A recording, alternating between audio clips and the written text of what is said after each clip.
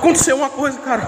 Eu vim deixar minha mãe aqui na igreja dela. Aí quando a gente ia atravessar a rua, o sinal tava fechado. Eu olhei pro sinal, mas quando eu olhei pra ela, não tava mais lá, mano. Tava só a roupa dela. Véi, Jesus voltou, mano. Jesus voltou, cara. Ela sempre dizia: filho, volta pra casa do Senhor, filho, volta pra igreja. Eu nunca tava ouvindo.